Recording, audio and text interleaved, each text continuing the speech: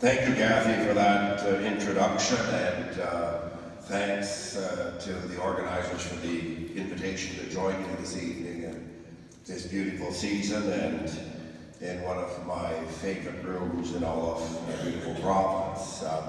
You could hear earlier that this room has some of the best musical acoustics to be found in our province. And when Kelly Mooney sang "O Holy Night" and the Teaching Harmony and Friends sang earlier, we could certainly appreciate that.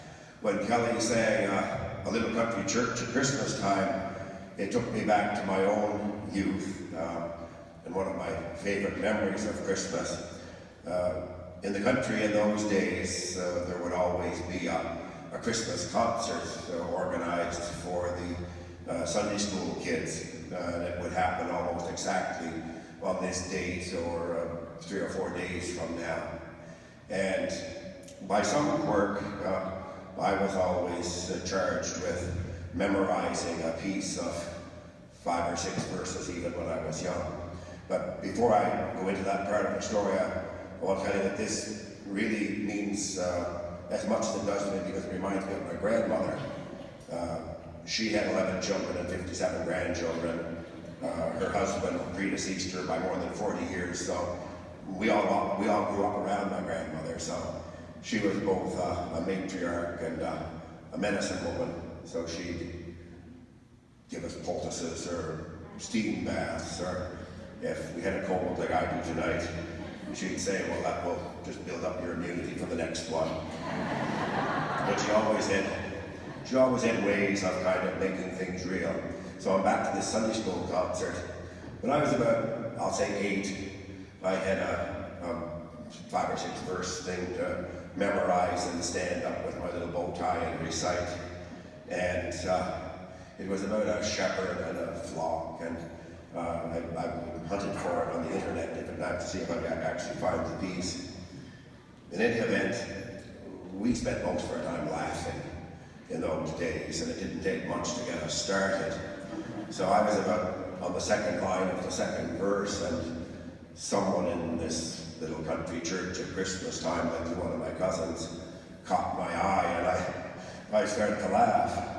And I did my best to suppress it and move on to another line or two, and then the laughing came back. And as you can likely imagine, by this time, the interaction between this 8-year-old and the bow tie, trying not to laugh, and the people in the church had us all pretty much in gales of laughter, except my mother.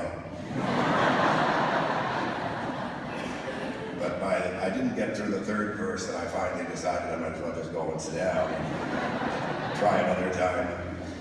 So at the end of the evening, I beat it home and got to bed before anyone else got home.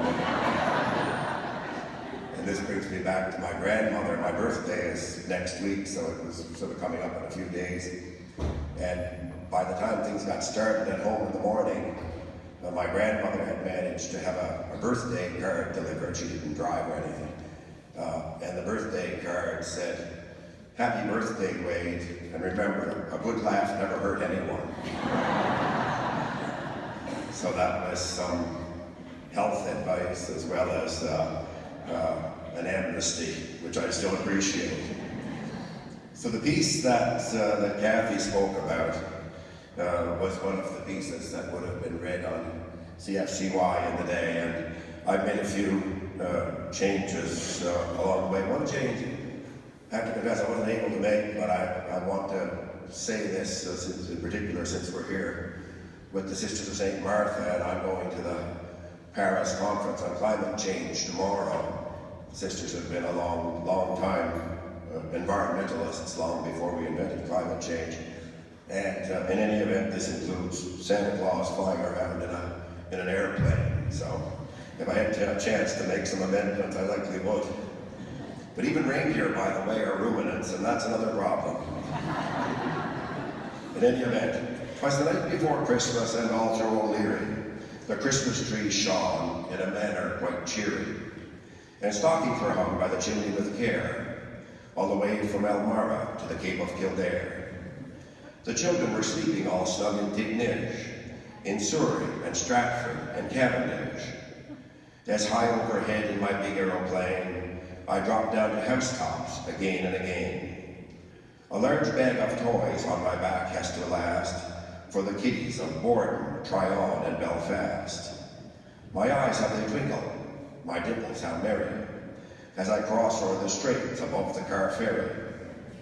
And the beard on my chin is as white as the snow when I throttle my motor above New Glasgow. Tomorrow there'll be such a grand lot of fun for the kiddies, thinks I, when I'm o'er Kensington. There'll be toys for the lads and a doll for each lass, in Bonshaw, Miscush, Kelly's Cross, and Dundas. An airplane for Johnny, a paint book for Sally, in Scotchford, Milton, Mount Stewart, and Tyne Valley. There are many such places, I can't name them all, but all may be sure that old Santa will call. Now's the time for happy hearts and happy voices too, the thrill that comes with giving, a sign of friendships true. Santa and his helpers all have done their bit, and now there's nothing left to say except that this is it.